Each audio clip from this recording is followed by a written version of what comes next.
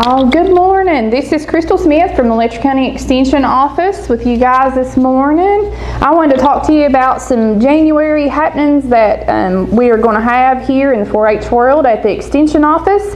So I'll go ahead and get started with that. Before Jamie gets comfortable, I'll show y'all some of these flyers that I have got. The first one I'm going to talk about is our 4-H Junior Teen and Teen Club, and I'll hold it up so he can see that there. We're going to meet on Wednesday, January the 4th from 4 to 5 o'clock here at the Extension Office, and we'll meet on January the 18th, that's a Wednesday also, from 4 to 5 o'clock here at the Letcher County Extension Office.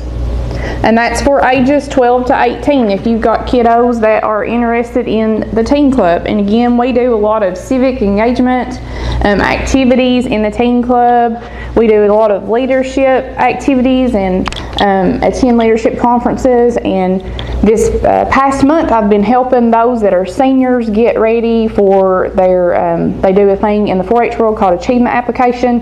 But basically what that does is help them write a resume and help them fill out an application, whether they're going into the world of work or they're going into college. And I've been helping them do the application process for colleges and doing letters of recommendation and that type of stuff too, which is really important for those older teens as well.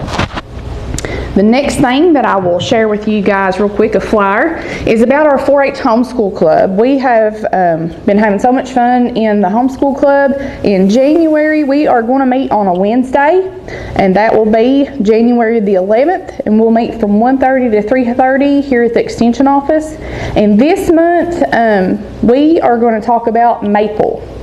So one thing that I have worked with Shad on since I have been here at the Letcher County Extension Office and had an interest in personally myself is the maple, and that's something that I do at home with my kids, and we dabble in that as a family. It's just a fun activity. But with the 4-H homeschool club, we're going to talk about maple and how they get started and what maple trees look like. So we're going to have a walk here around the office and look at the maple trees.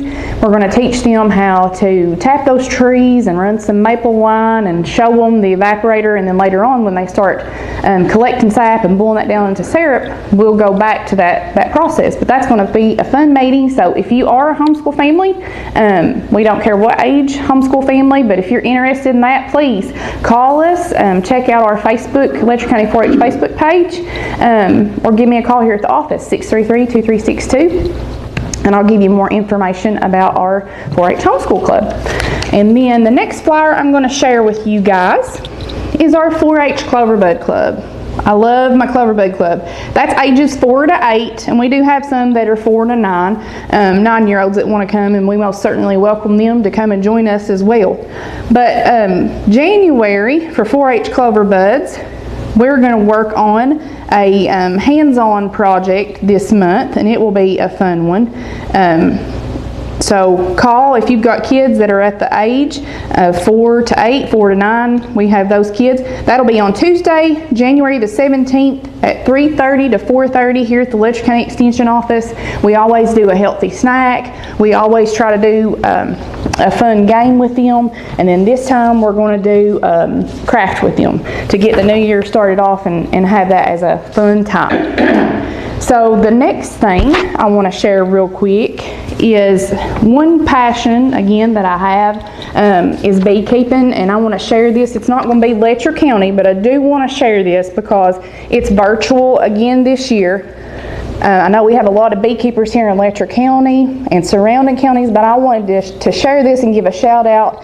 Charles May shared this with us, and he is the ag agent in Perry County, but they're going to be having their beekeeping school. So if you're interested, or you have a beekeeper in your family, or maybe you want to get started in beekeeping, you can call us here at the office, 633-2362, and we can give you the information, or I'll give you their phone number. You can call the Perry County Extension Office at 436-2044, and you can talk to Charles May. Again, he's their ag agent. But that's going to be on Saturday, January the 21st. And again, it's going to be a virtual bee school with them, and they have some pretty cool things that they do. The state apiarist always talks, and they've got some really good speakers this year. They have a good question and answer session, and our beekeepers, I love to get young people involved in beekeeping. So if you have kids that are interested, call us and we'll get you hooked up with that. And that's one thing I would like to get started back in the spring, Jamie, here is our junior beekeepers. I just think that you can't go wrong when you get young people invested in our pollinators and stuff. So that's a big passion that I have. The next thing I'm going to talk about is we have an amazing 4-H horse club here in Letcher County, and I work really close with those folks over at Creekside Glen, at the stables at Creekside Glen. I have some wonderful volunteers that have gone through the 4-H training program, and they work close with kids, and I work with them over there. So one thing I want to share, because I have horses at home, and again, it's one of my personal passions I love, but this is a treat that you can do for your horses. If y'all have extra pumpkins laying around, I know I still have pumpkins at home that we did not paint, that we just used for display at the house, but you can make a horse treat for your horses, and you just use one small pie pumpkin, or you could use a jack-o'-lantern. And you chunk that up and you use a little molasses, or you could always use honey or applesauce, whatever you have at home. Don't go out and buy something. A little bit of brown sugar, and you could put in nutmeg or cinnamon if you want to. And I know you're thinking for a horse treat, but yeah, so this is a horse treat, and I'll hold this up just in a second for Jamie to share with you guys. But you bake these treats in the oven. So after you mix up your pumpkin flesh and all the ingredients for that, you want to take that and spoon it out and roll it into little ball sizes, and then you put them on a cookie sheet and you bake those up. And it's just a treat for your horse. These are just things that you may have laying around your house instead of buying a treat. This is something that you could make for them. So I'll hold this up, and that way you can share it. If you can't see this good, always call me and ask about things that I may be talking about, and I don't care one bit to share that information with you. And so the other thing I want to mention is we are getting into our cooler temps. And for those of us that have horses, this is just a good reminder. And again, this comes from one of our state 4-H specialists that I work with in the horse program, and it's winterizing your horses. And so it was a good reminder for me to go back and read this stuff, and I thought this is worth sharing when I do the TV show this month. So winter is settling in, and we do have quite a few 4-Hers that have horses, but we need to be mindful of our horses and their health during these cold days. So if we take some basic measures of safety to keep them in good shape throughout the cold season, it helps with their health just like it does with us. So consider getting a wellness exam for your horse, and maybe that may just be a basic, you kind of watching them for their chronic conditions and kind of their nutrition and how their stomach digestive system and stuff is working. So again, like I said, this was a good thing for me to be mindful of. Forages are essential. They're an essential source of fiber and nutrients. And hay is primarily a forage source in the winter, and I know that I had a hard time trying to get hay in here after the flood. It was difficult just to make sure that I had a good place to store my hay after the flood, so that it didn't get moldy. Horses cannot eat molded hay, so we have to be mindful of that. And hay helps our horse, it helps them to maintain their body temperature. So that's the other thing. It helps them keep that internal digestive heat that they need to stay warm. And a good rule of thumb is to plan on feeding your horse at least 2% of their weight. So 2% of their body weight in a forage per day. And so that number, it's going to change. It's going to depend on the breed. It's going to depend on their activity, whether they're kept in a stall, whether they're turned loose in a field. So that's going to determine too whether the mare may be pregnant or if it is a growing horse. That's going to depend on that too. Also, the quality of hay that we're feeding. Is it a good type of grass that we are feeding them? So that's going to depend on that as well.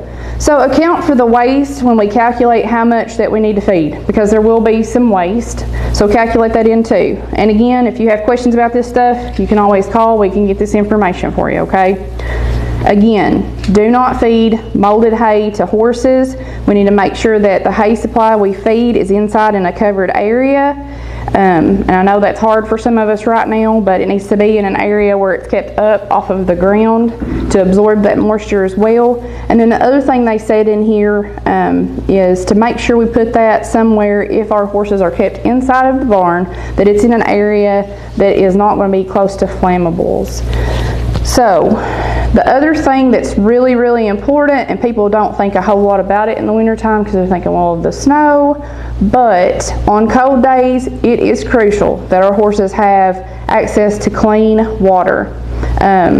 Due to the freezing temps, you may need to make special arrangements for freshwater sources. You can install de-icers in a manner that prevent your horses, that will help them have access to water all the time. Or if you're like me, you have to go out there twice a day, multiple times a day when I'm home. But when I work in the morning, I go out before then, bust the water. And then in the evenings when we get home, we go out and bust up to make sure that they do have plenty of access to water. They may not drink as much when it's bitter cold, but we do need to make sure that we have them access to the water. And so also we need to think about the winter months. We all know that we have limited access to daylight, so their coats get thicker, and a lot of people want to put blankets on their horses. Make sure that when you're doing that you're reading up on the type of blanket you're putting on them. They do make different types of blanket, but you may need a specific type of blanket if it's an older horse and they're not holding up their weight and stuff as much. So again, those are things to be mindful of. And even though you may have a horse kept in a stall, just remember they're just like us. They do need light exercise 2 or 3 times per week, and that's basically to maintain their muscle tone. So that's just something, again, for myself. When I read this article, I thought, you know, this is a good conversation to have with folks that may have horses, and just things to be mindful of, because I know we do have a lot of younger folks that are horse owners in our county. So if you want information on that, again, call us and we'll get you that information. So the last few things, Jamie, that I'm going to go about talking on are just during the holiday season here, reflect on what's important to you, because I don't know about y'all, but it stresses me out when I know I have to go Christmas shopping and all that good stuff. And maybe it's just because I got kind of used to ordering things from Amazon during the COVID times. But here's a few things to think about. So consider holiday years from the past. What do you remember might have changed? Well, for us, there's been a lot of things that have changed in the past few years, right? But here's what I want y'all to think about. The positives. What were the most meaningful activities? So I started thinking about this, and when I went back and started thinking for myself, what were the most meaningful activities? It were things that never changed at all for me. It was that every year since my youngest daughter, I've had her, we build a gingerbread house together. And that may sound simple and it may sound silly, but it's just that time together as a family with no phones, no distractions, us just being together and doing something simple. That don't mean go out and buy a big fancy kit. That means you can use graham crackers and things that you have there at home and make your own little gingerbread house. The other thing that we always do with our family and kids is we always make Christmas ornaments. And it's basic stuff, but my kids love that, and every year they look forward to that. So those meaningful activities like that stick out in my mind. And they do make a difference, and our kids are paying attention to that. And then the negatives, is there anything that you would regret or you would change going forward? And I guess for me, since I've had a lot of life this past year, personally, is I would make sure I spend more time with those people that mean the most to me. Make that time. Make it a point, even if it is just 30 minutes. Spend that time with those people. And then think about activities or traditions that are not as meaningful and enjoyable. And it may be, for example, you may send out holiday cards every year, but you only do so out of routine. And that's so funny, because this morning I was listening to Kevin Day, and he said that was one of his most memorable things that he remembered. Folks always sent holiday cards to his mom, and he loved going to her house and reading, because she would put those up on the door frames in the house. And people, we don't do that much anymore. That's kind of a lost art. We don't send out holiday cards and write a letter or note in those much. I get a few, but not very many. But think about the importance of staying healthy and taking care of your well-being. And again, I'll just tell you, it stresses me out Christmas shopping, because I think, oh my gosh, look at how much money you're spending, because everything is so high. But It's not about what you spend on somebody. It's about the thought and that you are making that time to be with them, okay? How do you plan on incorporating self-care for yourself? And for me, I guess this year it's just trying to get up a little bit earlier, have that cup of coffee, look at the Christmas tree and think about what is really important to me. Or it's just having a few extra minutes in a hot shower and getting griped at for using all the hot water at the house, right? But finally, the best thing that you can do is just make a list of potential plans and then rate them in order. And if you have a family, do that. Rate those things in order with them. And one thing that I did this year with my family that was so much fun, I said, okay, we're going to make a list of 5 things. And you can have something you want to read, something that is important to you, something that you want to wear, a big ticket item, and then something we can do as a family. And I told my kids and my husband, I'm like, this is what we're going to do, and we're going to cut out the stress and be more mindful of things. It's really been fun, y'all. Not to have to go and dig and hunt for or think about. It's the small things that I have seen that are really important. So I just wanted to share that with you guys. But again, they say ways to save is plan ahead. I say every year I'm going to shop early. I never shop early. I wait till the last minute.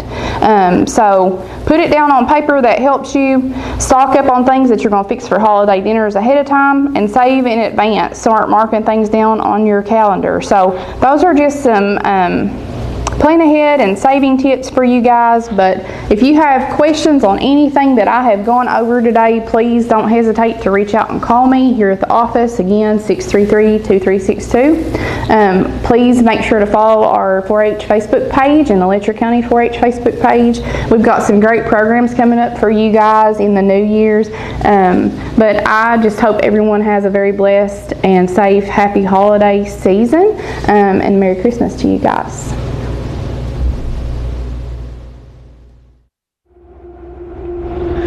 Welcome. This is the Letcher County Extension Show, and I'm your host, Shad Baker, and we have finally caught a break in between the rains to do an outside show, which thrills me to death. Hope you're enjoying the break in the rain. But we've come out here first to talk about Christmas trees. And the reason we originally got into this was because we had some hillside property here at the Extension office that was just going to grow up and block the view.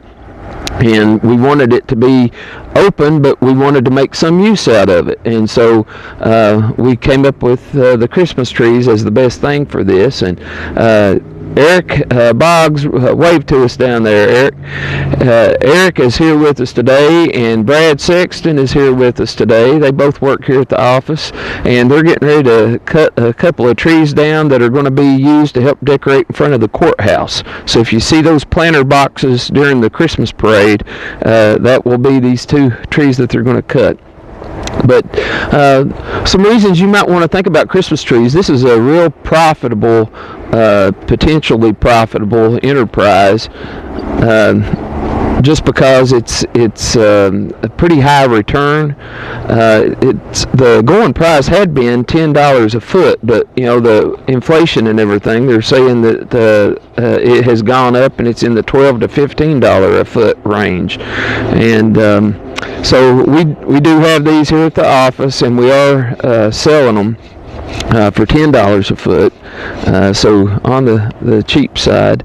But they are these are balsam firs, and that is it's actually a Canaan fir is what it is.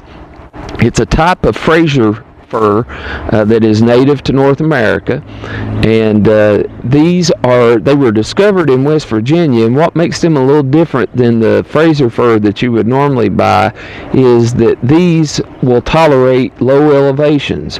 Most of those Fraser firs have to be grown up high in the mountains, and that's why if you go down to North Carolina or East Tennessee or over into like Mount Rogers in Virginia, you'll see Christmas tree farms, and they're growing them there because that's high elevation and they can do it.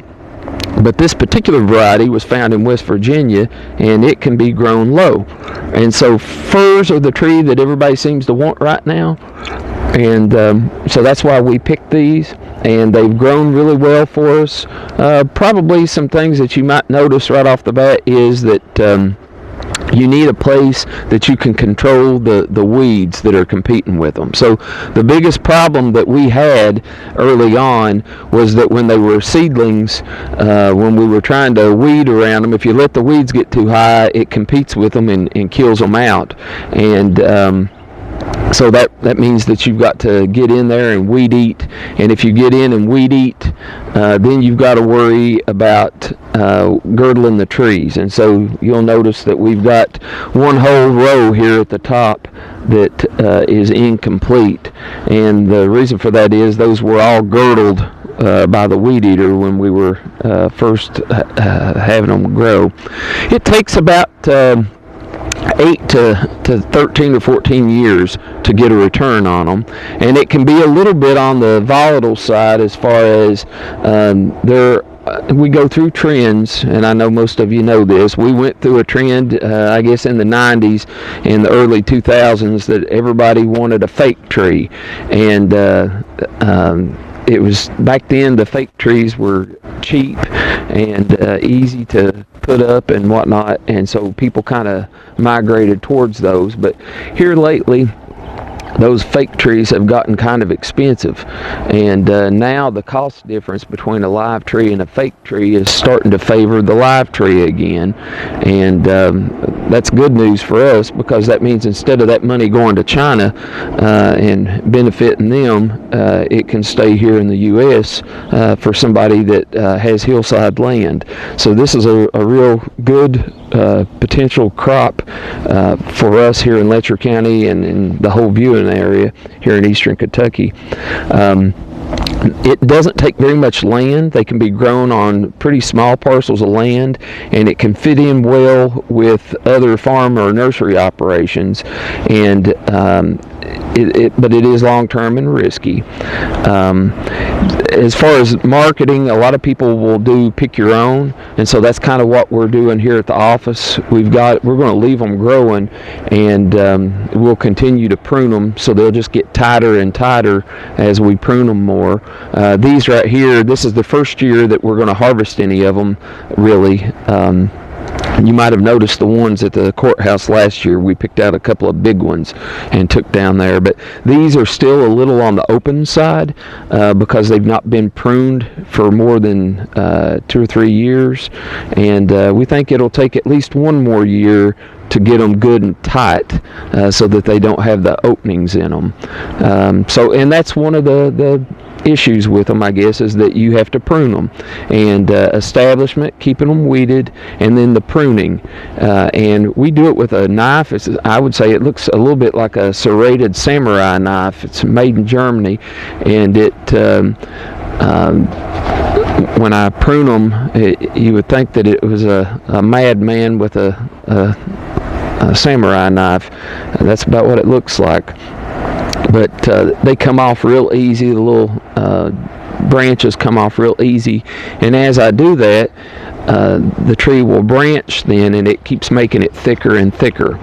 And so that's the main things that are involved, is picking out your place, keeping them weeded, pruning them, and then finding the market for them. I think you could do roadside sales of these pretty easy with a truck. Obviously you could do pick your own, where people come out and they kind of tell you which tree they want you to cut for them. And we don't have workers that are devoted to this, because this is a small little demonstration, but we did it this way so that if we didn't need to if they weren't going to sell, we weren't going to cut them, so we can just leave them grow until the next year. There is a limit to it.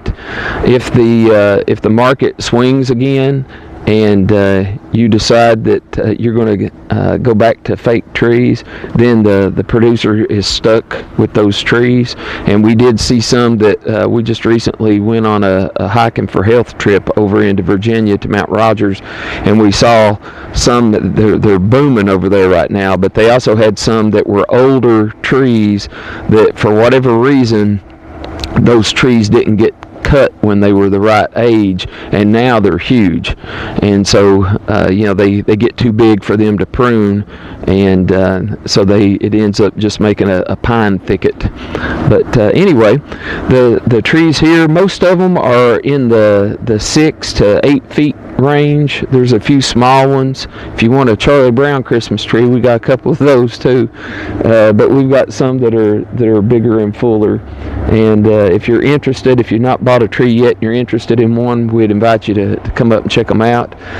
And if you're interested in doing this on your own property, we've got all kinds of publications from the University of Kentucky that covers all the information that you need to know, from site selection to species selection, to how to care for them and how to market them. And if you are interested in that, I consider it a pretty low maintenance ag project, and it's on land that really wouldn't be useful for a lot of other things other than maybe pasture or something. So this might be something you want to think about, and we'd be glad to talk to you about it.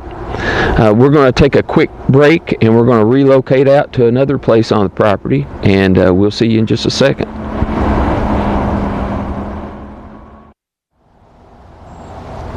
Welcome back to the Letcher County Extension Show. We have relocated to a different part of the property, and we are kind of in the woods now. And we had talked once before about managing your timber for white oaks. And I had shared with you all that UK had this white oak initiative, and that I was going to be talking about that in the future. And so here we are, and I wanted to show you a little bit about what happens in woods when there's a disturbance like logging or a storm, and what you might need to do. The place that we're located at right now, probably back in the early 90s, there was a storm that came through out of the west, and this is a west facing slope, and it was straight line winds. And it knocked down a lot of the trees on this hillside, and the ones that came back the fastest, they ended up dominating the woods. So you can tell, maybe you can see back here behind me a little bit, all of those light gray colored trees, all of those are beeches. And so beech trees took over and dominated this hillside. Now, if you know anything about timber and logging, you know that beeches do not have much value other than for, I think they might use them for tie logs, or maybe I know they're used for creosote and stuff like that, but they don't have a good timber value as far as saw logs are concerned. So that is the bulk of what has dominated the hillside here. And when they get up pretty tall, they shade everything else. And so there's nothing else that will grow underneath them. It tends to just be dominant beech. And I mean, they have use for wildlife, so I'm not knocking them from that standpoint, but if you've got woods, you want to try to manage it so that it's useful for wildlife, but also in the event that you log it. And the tree that we want to favor, that also wants to grow in this particular type of terrain and soil, is oaks. This is a west-facing slope that's kind of droughty, and a lot of things might grow here, but the ones that would actually do the best would be your oaks, and especially the white oaks. They've got the best value. Well, one of the pubs that I had referred you to talks about sustainable oak management practices, and it hits on the fact that to maintain healthy oak forests, it means that we need to ensure that oaks continue to regenerate new seedlings and saplings, and that they persist in the stand.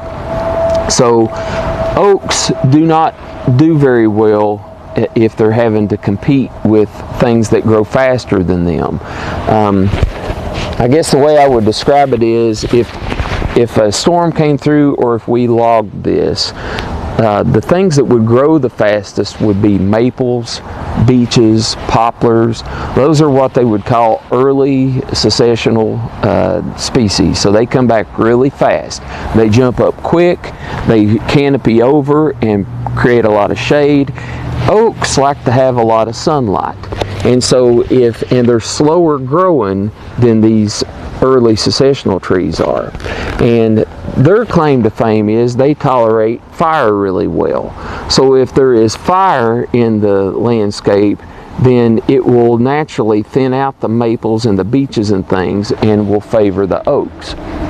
Well, we tend to discourage forest fires because of the safety risks, and also because it tends to cause the trees to be hollow on the inside.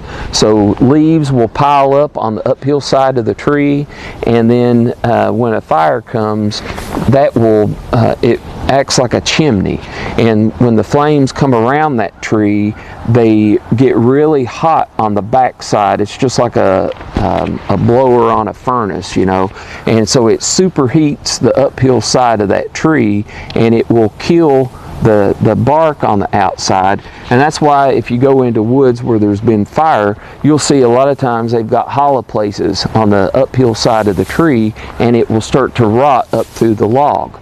Well, the bottom log, the first log on that tree, is your high dollar log. That's where the most money is on that tree. So if it's got a hollow spot and it's starting to have rot going up that log, then the bulk of the value of that tree is gone. The tree might still be standing, it will still produce nuts and that kind of thing, but its value as a timber log is now cut by more than half. So that's why we discourage forest fires. So we have to find some other way. You can do prescribed burns, but there's liability with that, and it has to be managed by somebody that knows what they're doing. And that's a little hard to come by, to be honest. It's hard to find somebody that is willing to go do this. And I'm not talking about some pyro with a match. I'm talking about somebody that's actively managing it and does it on purpose and has fire breaks and has cleared it with the authorities first, you know, all those kinds of things. So what you have to do then is, if you want to ensure that oaks remain in your stand, you have to find another way to thin out those competing trees. And so there's several different things that they recommend, and one of those is enhancement planting. And we have done some of that here on the property where we didn't have a lot of white oaks. You didn't see anything small. The only white oaks that we had were big mature trees, but there were no babies for the future. So in that situation, you want to come in and get seedlings, and you can get those from the Kentucky Division of Forestry if you plan ahead and order them early, because they get gone really fast. But you can come in and sow those and get the next generation established. But that's kind of difficult because they don't compete very well. If you plant those seedlings back into a place that's already canopied over, they're just going to die like the native ones would. So what you would have to do is you would have to create openings or thinnings so that they have enough sunlight that they can go ahead and grow, and you're getting rid of the things that would compete with them. So that's your enhancement planting. Another thing that you can do is what they call soil scarification. And you come in with a tractor or a dozer, and obviously where we live is not well suited to this, but they scratch up the soil so that when those oaks do create acorns, when they bear, they can quickly sprout their root and get established for the spring.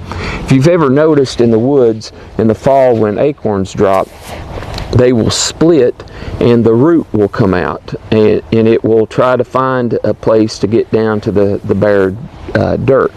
If the woods are covered in leaves, like what we have here a lot of, that root can't penetrate and get down to the moisture. And what ends up happening is when springtime comes and we have those dry, sunny days in March and April, that root ends up dying. So the tree never actually makes it. Even though the acorn was there and it tried to put out a root, it didn't get established. And so they come through and they scratch up the soil, they remove that leaf litter or they incorporate it, and they bring the dirt to the top, and that allows those roots to get established. That is an option if you've already got adult trees and if you've got terrain that allows for it, which, like I said, we don't have a lot of that. Another thing that you can do is mid-story removal. So what you would do is you would come in and any of the trees that would be competing or shading too much, you're going to eliminate those. And so that is what we focused on here at the office. I'm going to get James to kind of pan up there, and you can see behind me is a tree that is tagged with a blue ribbon. Way in the background there's a tree that's tagged with a blue ribbon, and up here above us is a tree with a blue ribbon. All three of those are white oaks. The one in the background is a mature white oak. So if it scoot over a little bit. Okay, if we have a good year and that tree actually bears, that tree will produce enough acorns and the squirrels will disperse them around in the general area. And if it's open enough, then that will be a parent tree. These here are younger trees. These would be pole-sized trees. So they are beginning to bear, but they're not really good bearers yet. These are ones that you want to eliminate the competition. So if you are a gardener, if you've ever grown anything, you know that you want to eliminate the weeds that compete with things. They compete with what you're trying to grow for water and nutrients and sunlight. And it's the same way with the trees. And if you see the trees that are laying on the ground here, these were birches and beeches, and I think I've got on back here, we're going to see some hemlocks and different things. But these trees were competing with the canopy of those white oaks, and it wasn't allowing them to grow like they would normally.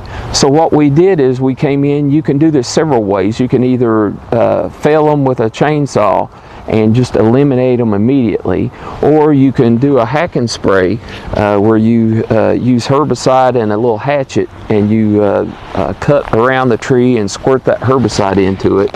And we've got information on how to do all this.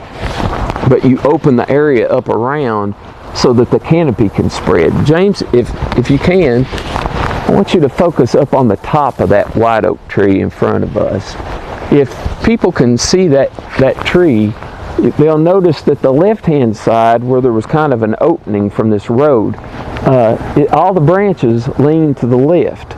It doesn't have hardly any branches to the uphill side of the tree.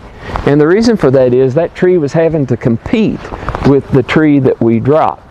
So it couldn't grow that way at all. By getting rid of some of that competition, that's going to allow that white oak to send branches out to the uphill side and spread out. And as it has more of a canopy, those are like little solar panels on the tree.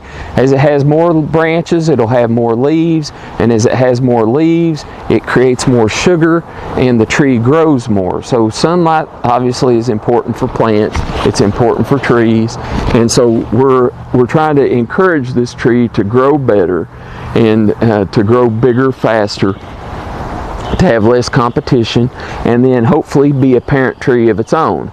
You know, it's already, if we look here on the ground, we can see that this was actually a decent year for acorns. You can see that we had quite a few that dropped, and they dropped from these trees that we opened it up for them. So I think that's the first time I've ever seen these trees bear, was since we did these thinnings. What you might notice though is all we're seeing is the caps. We're not seeing the acorns. And the reason for that is white oaks are preferred by wildlife. So if it's deer, if it's turkeys, if it's bear, all those things prefer white oak acorns.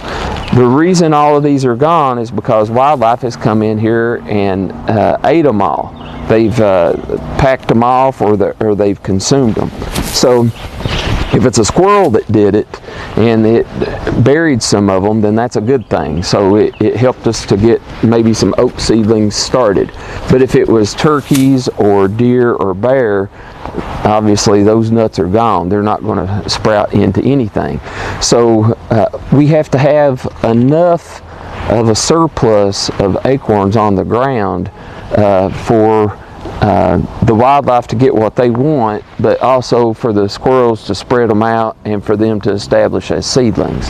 So by doing what we've done, we've encouraged these trees to grow better, to put on more of a crop, and hopefully in the long run, you know, I'm 50. By the time this helps anything, I'll be long dead and gone, and I'm fine with that.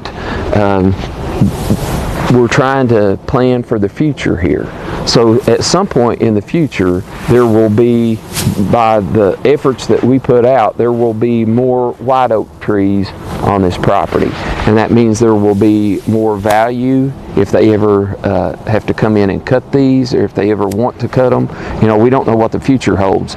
In the future, the budget might be really bad, and they might need to have some trees cut to help pay for bills.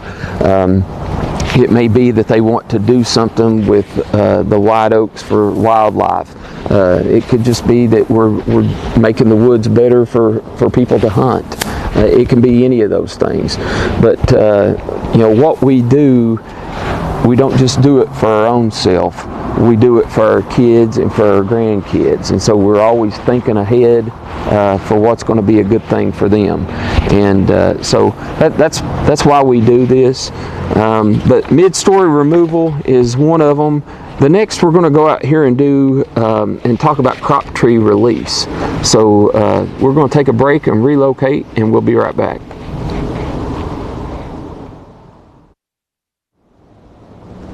Welcome back to the Letcher County Extension Show.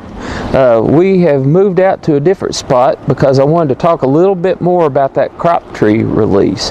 So what you're doing, I kind of got into this, what I was saying earlier, I kind of bled two things together. But in this instance, crop tree release is when you've got a certain tree that you want to encourage, so you eliminate the competition around it. And what James is looking at down there right now is the sole white oak tree that we have on that piece of ground, and I think it's the last white oak tree that we have on this whole side of the property. So that is a tree that we want to be like an early colonizer. We want that tree to grow well, to not have much competition, to be able to put on lots of acorns and have those packed around by the squirrels and spread out so that we get new ones. And it's a beautiful tree already. I know there's so many trees in front of it you won't be able to pan up to see it, but it's got a good crown on it already. But it's got a lot of competition around it, and again, it's a lot of those beeches. And the beeches, I'm not anti-beech, but in this instance, we would like to have a lot less beech and a lot more white oak. So we have done a little bit of thinning around it. We've cut 3 or 4 trees down there, and the plan is to open up even more on this uphill side. You can see all these gray bark trees here in front of it.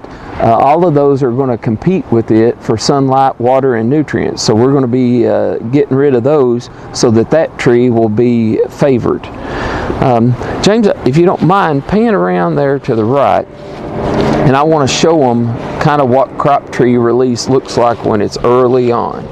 So in this instance, you can see that we've got blue lines running down the woods, and if you've watched our show very long at all, you know that we do maple syrup here at the extension office. And so one of the trees that we have favored is the sugar maples, and you can see those the line here on this one right in front of us, it's got the purple ring around it.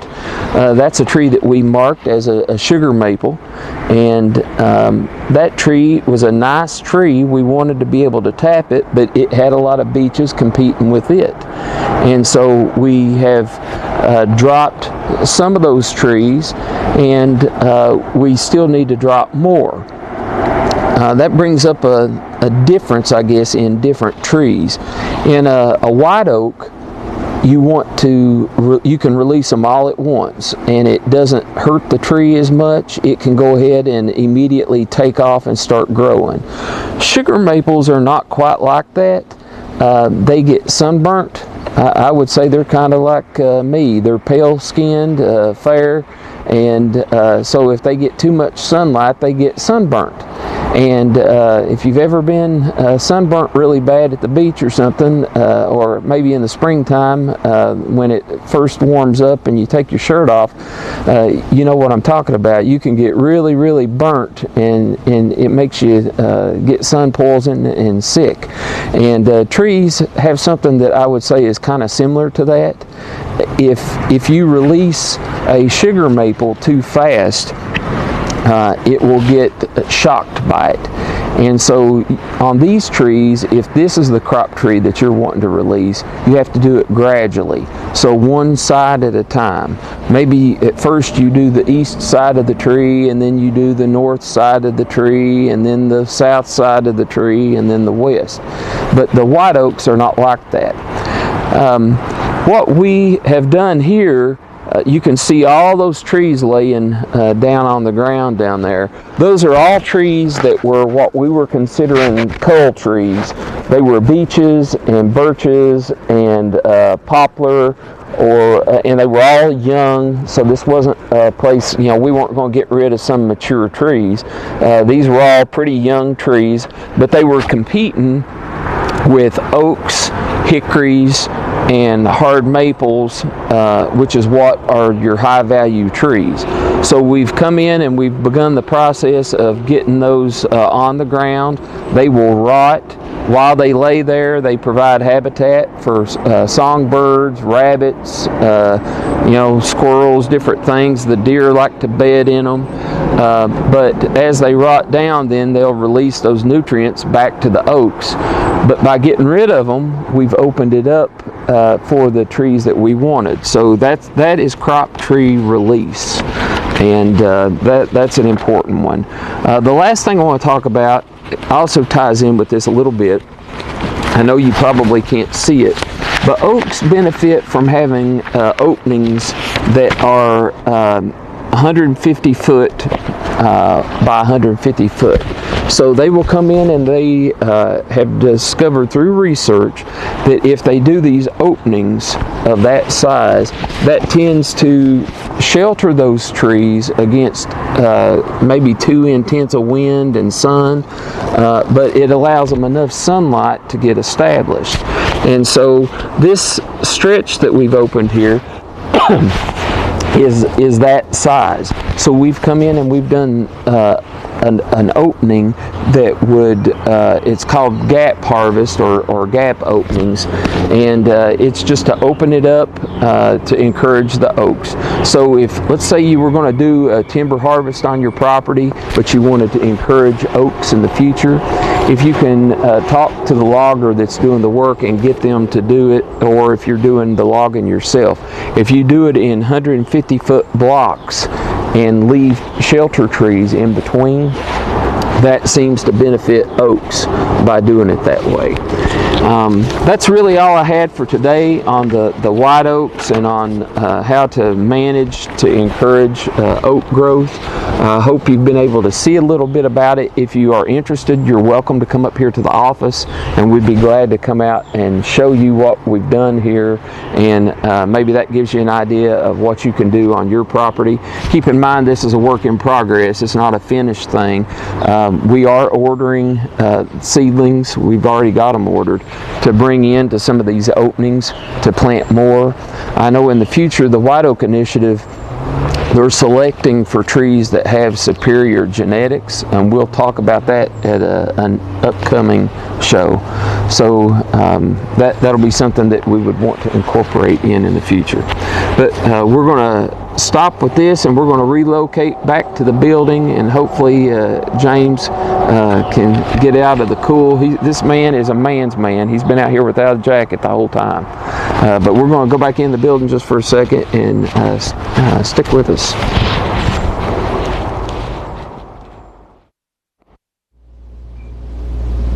Welcome back to the Letcher County Extension Show, and we have talked about Christmas trees in this episode, and we talked about white oaks, and we've been outside.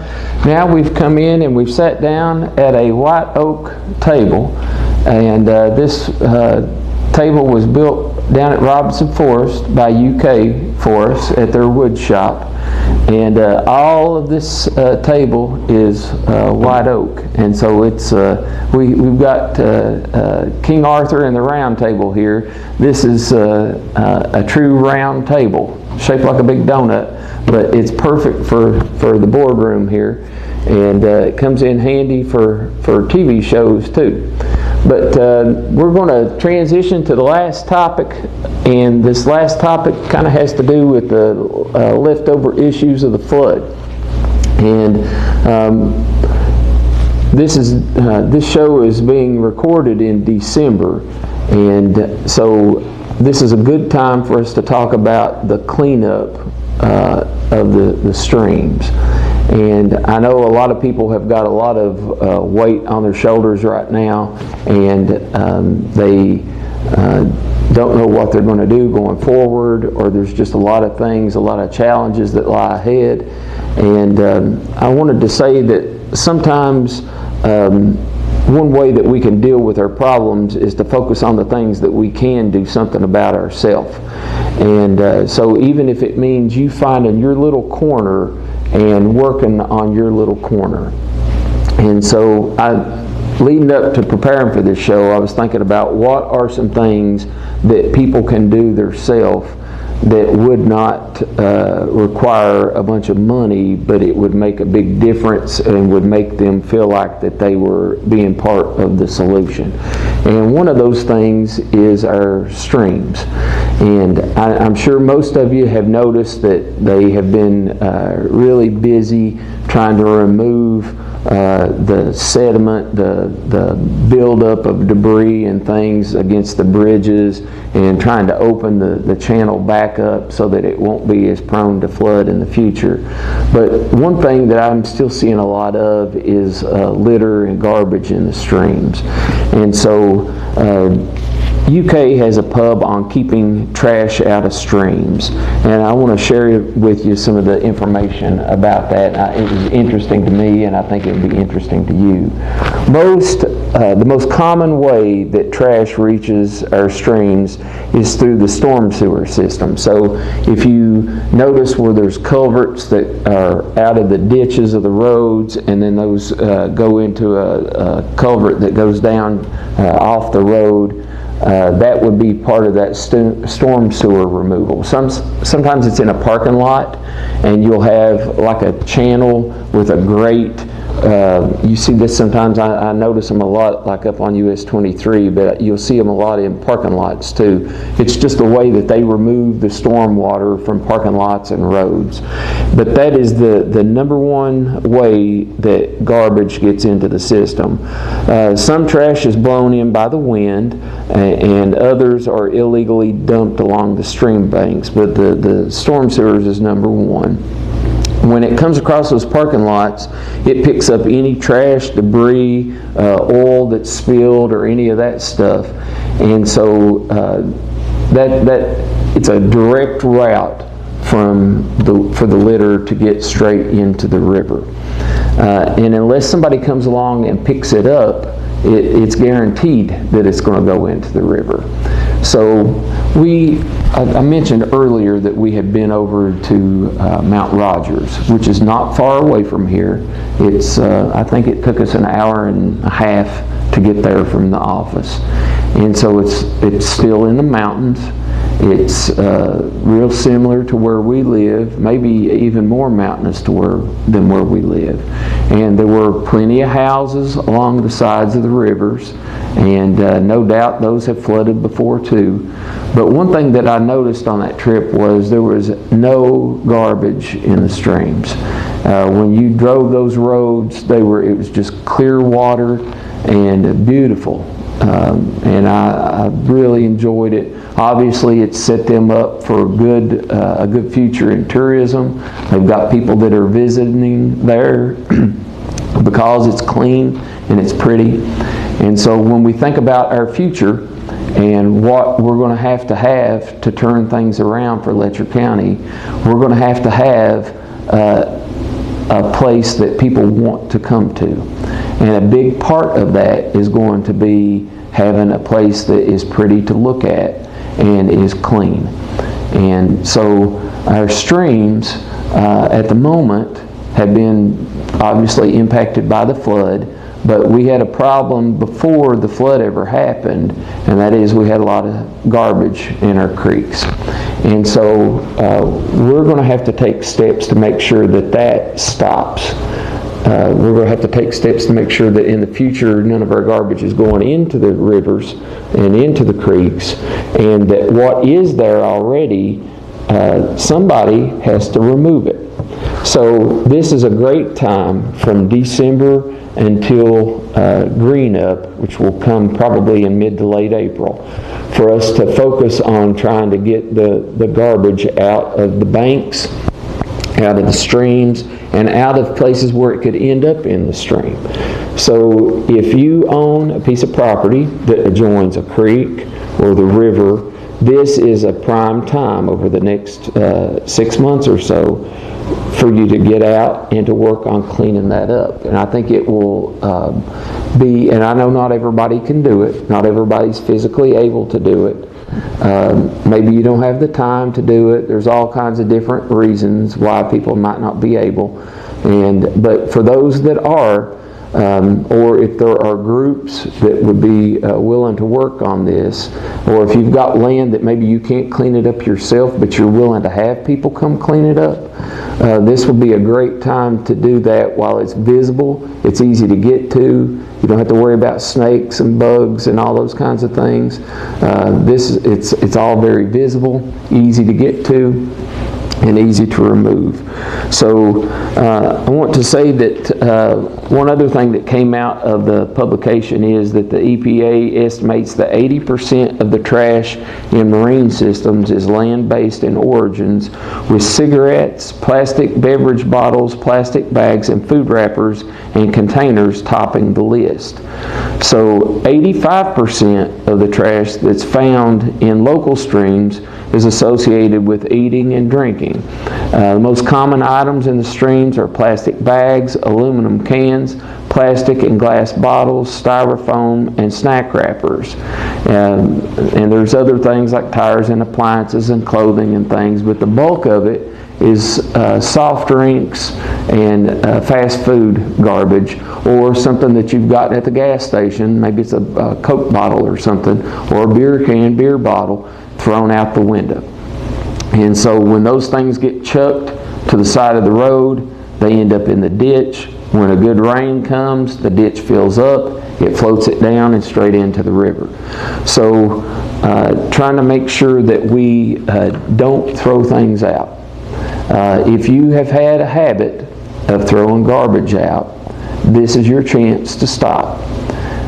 If you've got somebody in your family that you know has a habit of chucking things out the window or throwing them out in a parking lot, this is your chance to talk with them and to let them know, hey, you don't need to do that. We don't want you to do that. Find a can and put it in it. So things that you can do is properly dispose of your trash in a waste bin or a recycle bin.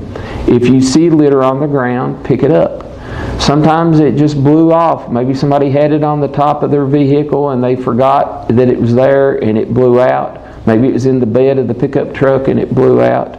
But if you see that that's a problem, change your habit so that don't happen again.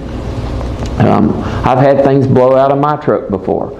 and I saw it blow out and I stopped and picked it up. Or in the future, if I thought something might blow out, I put it somewhere else, or I tied it down better. So you might want to think about keeping a small waste bag in your car so that when you get finished with your meal or your drink, you've got a bag to put it in. Then when you get home or you stop at the gas station, you've got a can that you can put it in. If you have a choice, opt out of plastic bags. You know, those things, the wind picks them up. Sometimes Mitch here at the office was talking about judging how high the water had been by how high the garbage was in the trees. And he joked with somebody, he saw a plastic bag way up in the top of the tree, and he said, "Look how high the water was." And he was pulling their leg. That bag had blown up there. And so I see this pretty often. You'll see a plastic bag from like Walmart or a grocery store somewhere that has blown up in a tree. But opt out of those plastic bags if you can and use something that's reusable. Try to drink from refillable bottles instead of those single-use bottles. And then volunteer for a stream cleanup. And I guess this was the thing that I wanted to end on. I would love to see groups form here in the county that were focused on just 1 mile at a time going down the river and cleaning out all the garbage, getting everything off the trees, getting everything out of the weeds, and have it totally clean so that if the water does come up again, there's nothing for it to move on down the stream.